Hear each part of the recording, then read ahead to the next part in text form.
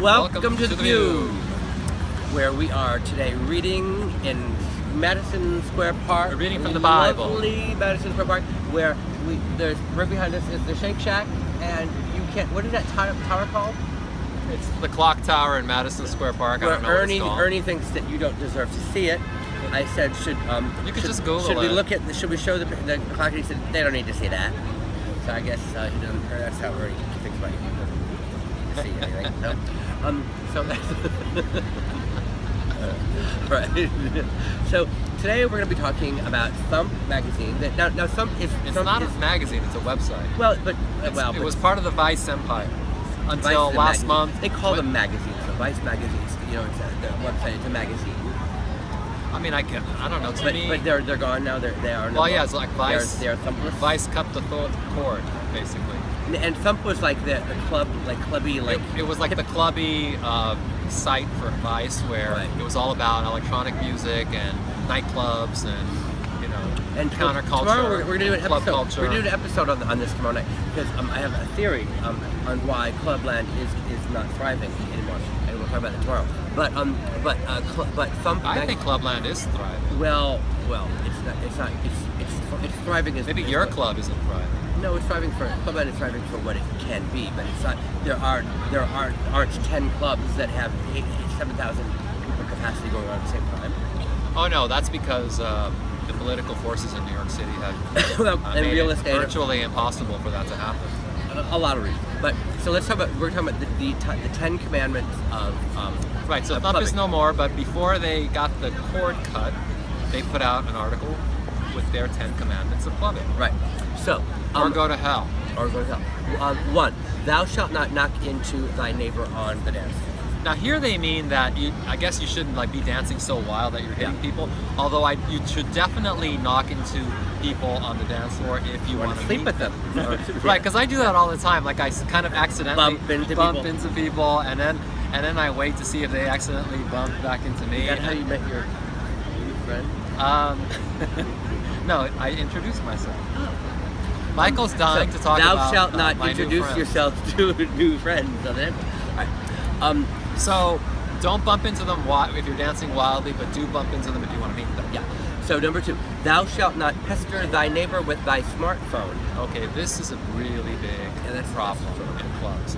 Like, I hate it when somebody comes up to me, like one of my friends in the clubs, and says, "Oh, look at this," and then they shove their phone in my face because 1, I can't read whatever's on their phone without my glasses, and they're talking. And 2, I'm usually like, I might be drunk or high in the club, so then I can't read anyway.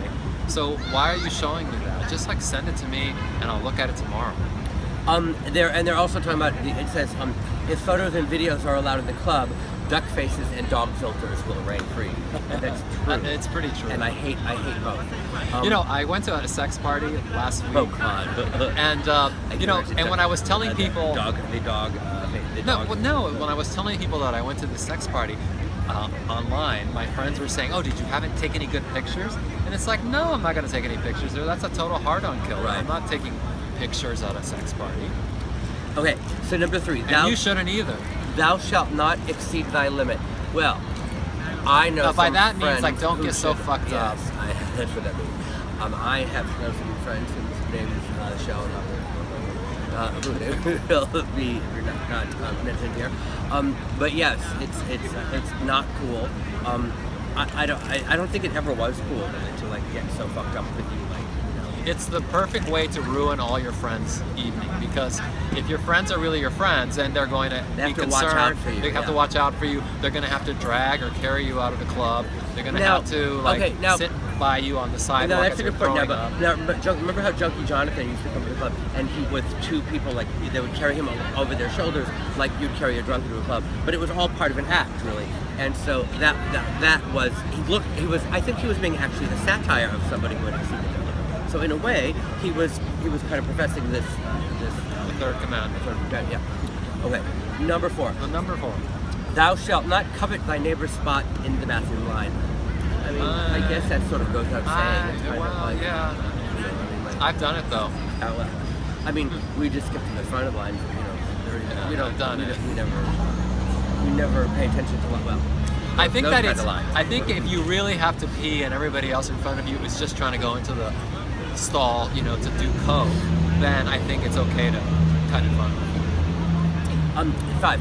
Thou shalt not crowd the pulpit of thy DJ.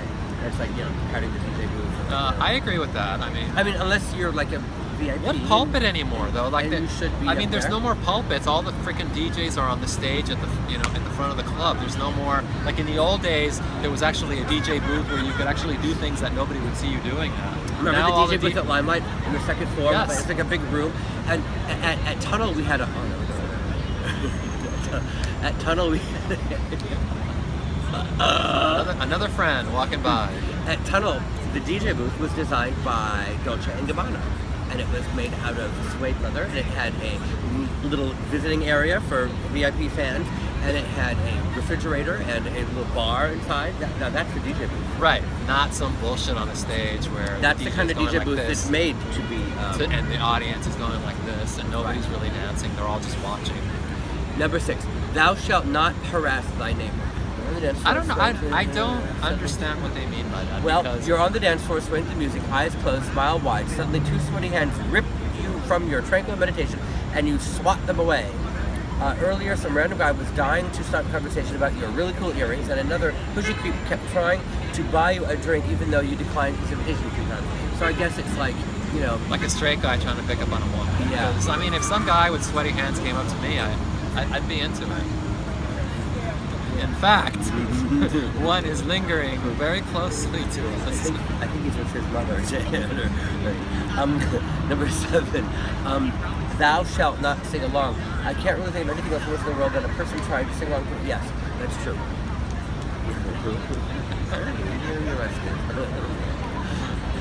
Looks like he just separated from his mother now. Like one of our fans is kind of hovering around us in the park.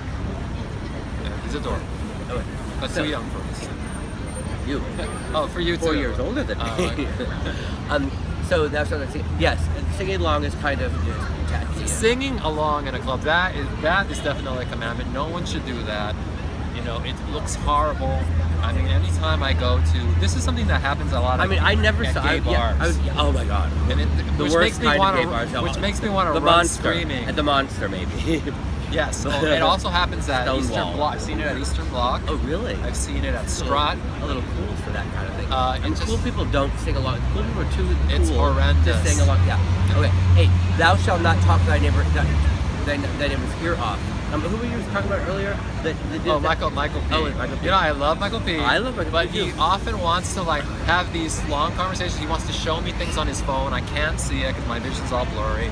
And while he's having a long conversation with you, God forbid anybody else try and come up and talk to you, or you have other work that has to get done or whatever, then you hate him and he will pout and he'll chase you and like, why don't you like me anymore? And it's. But we still do. But we still like him very much. We just want to talk to that other person. 9. Thou shalt keep an eye out for thy neighbor. Well, that was what we were saying earlier. That kind of goes, like the 10 Commandments is kind of repetitious, and this one is too. Number 10. Thou shalt not tell thy neighbor how to party. I disagree with that. In fact, we have spent our lives telling people how to party. Yeah. And people should follow our instructions for partying, because if they did, parties would be much better. And we will be right back. And now a word from our sponsor.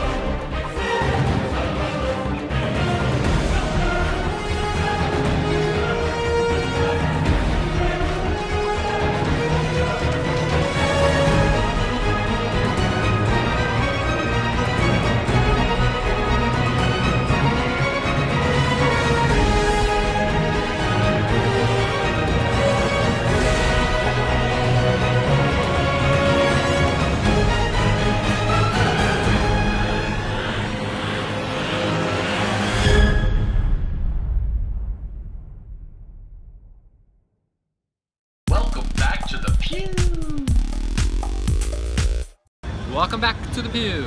Welcome back to the Peew, where we are Bitches. bitch one to nose. Yeah, I should have. Because The bitch one to know. Spooky Boogie says, what was one of the coolest parties you guys went to at Danceteria? I guess she's referring to our episode about Danceteria where we were talking about the time capsule. Well, the coolest party I went to at Danceteria might have been Diane Brill's birthday party for Rudolph. And it was the theme was coffee. And it was I guess it was a commercial that was big at the time. Juan something. And it was a coffee, the Coffee Drinkers Association of America or something like that. Your favorite party at Danceteria, no, because sponsored by the Coffee Drinkers Association of America. I'll tell you why. Because that was at a time, it was 1984, 1985, and that was a time when 50s kitsch was really big, you know, and Danceteria was all about 50s kitsch. Yes, it was. And the party was very 50s kitschy, like coffee commercial, you know.